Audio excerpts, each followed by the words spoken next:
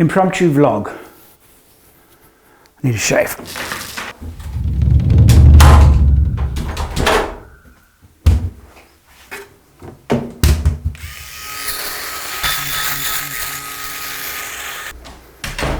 Okay, yes, as I said, impromptu. I'm planning for the United States trip this year, which starts in September, October, and of course planning and researching for Trans-America, my drive from Alaska to Cape Horn, which is happening 2019.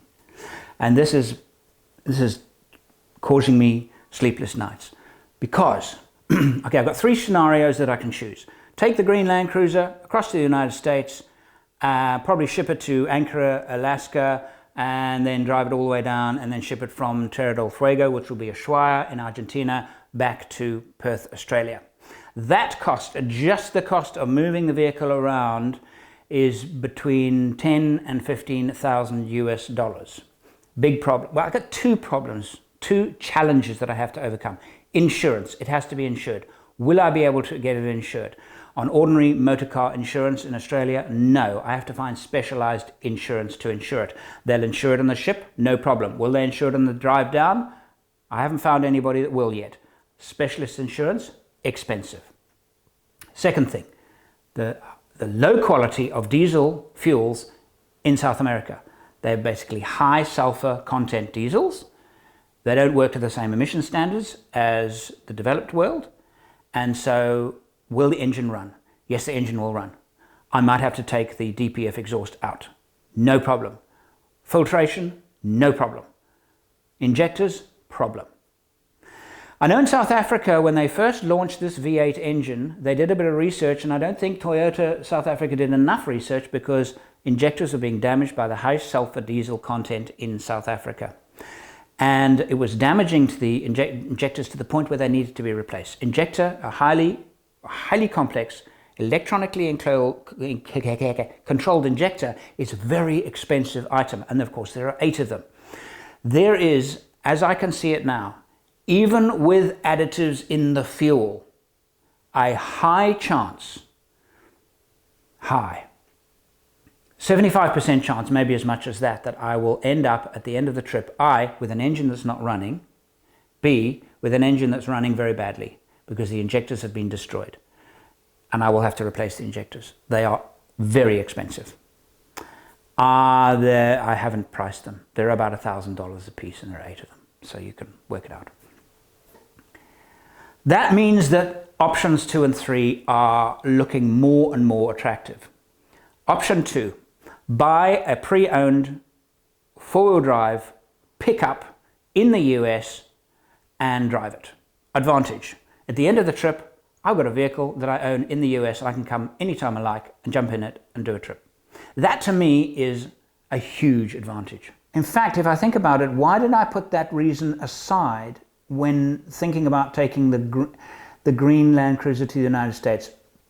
I think it was because the excitement of actually showing off this troopy in the United States that really appealed to me, because I know you guys would love to see it. I know you'd love to see it. But wouldn't you also love to see me take a US truck and build a US Overlander only using equipment that was available in the US? So if I do that, I will not import anything. Everything will be US made or imported from other countries, but readily available in the US. So that's my guarantee, that if I build a vehicle in the US, it will be a US Overlander.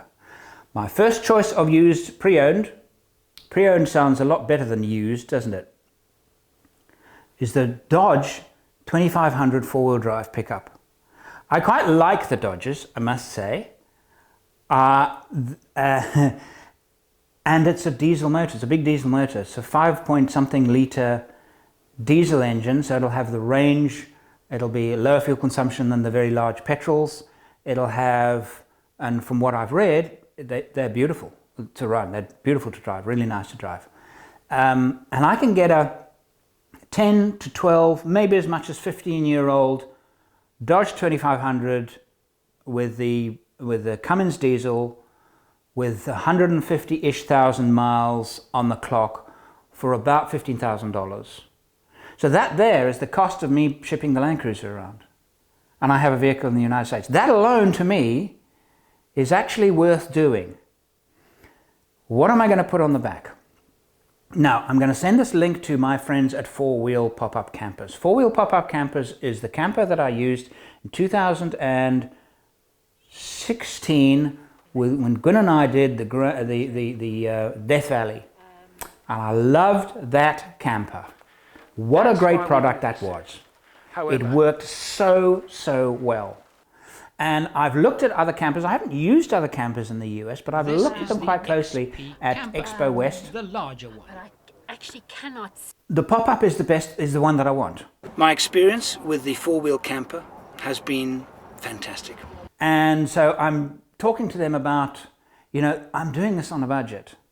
So my idea is to actually get just the shell and then build the interior myself in the US. And I've got some ideas about building the interior which will knock your socks off. It's a US-based product. I'm not going to say anything now, but I think it will be, for the money, it will be awesome. A really not expensive and fantastic way of a DIY build in a camper. So you're going to have to keep watching to see that. But I think I'm very excited about doing that because I believe this product is going to be the bee's knees. Or in Australia, they say the dog's bollocks. I really believe it's going to work. Was that an English expression? Actually, it works for both countries. Oh yeah, and we're buying another vehicle. We went and saw one yesterday. Now, it's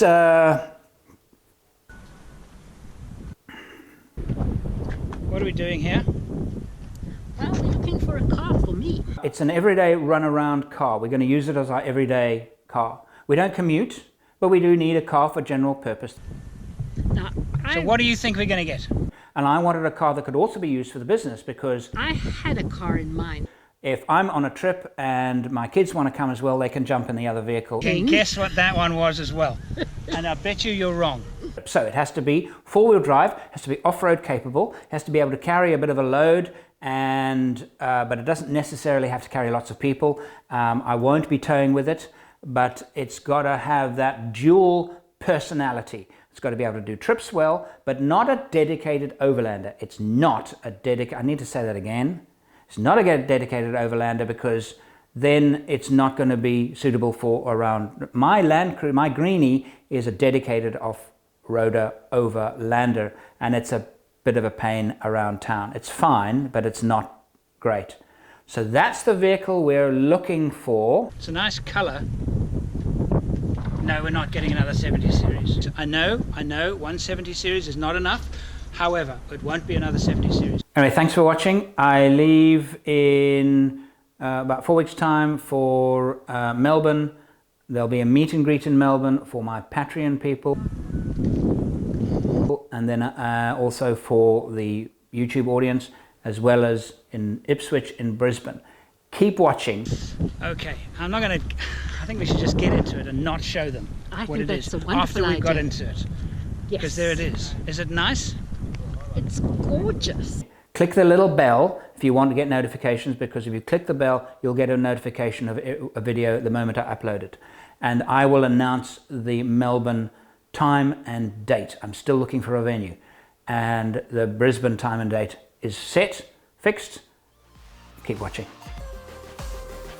Patreon is not just a way you can support our videos, but a way to get private videos, free books, exclusive merchandise, and much more.